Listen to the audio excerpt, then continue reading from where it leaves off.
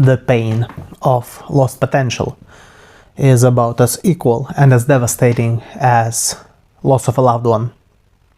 That might sound like an exaggeration, it's not. Because when you lose your loved one, and I'm going back to when I lost my grandmother, who practically raised me, it's someone whom you had in your life, whom you had in your heart, disappeared. And you will have to live with that emptiness.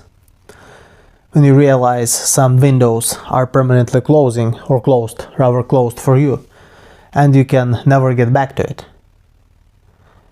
you will have to learn how to live with it. And with age, more and more windows are closing.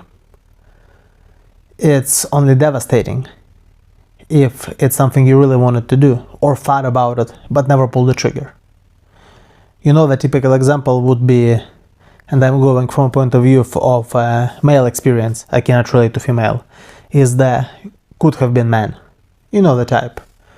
The permanent 40, 50, 60, 70-year-old who lives in a permanent sadness. Sometimes you can see them in the bars, sometimes you can see them elsewhere.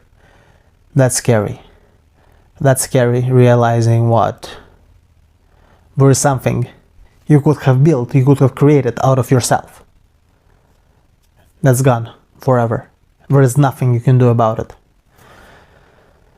Two of the biggest things we need to know when it comes to lost potential.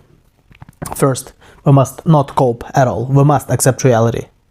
You know, the typical success gurus will feed you, well, see, you know, Ray Kroc started McDonald's at 56, it doesn't matter. It's all bullshit.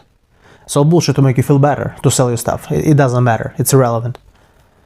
You must understand what is possible at your situation and what's not possible. Not live in a la la land of what's, oh, maybe there are stories. No, it doesn't matter.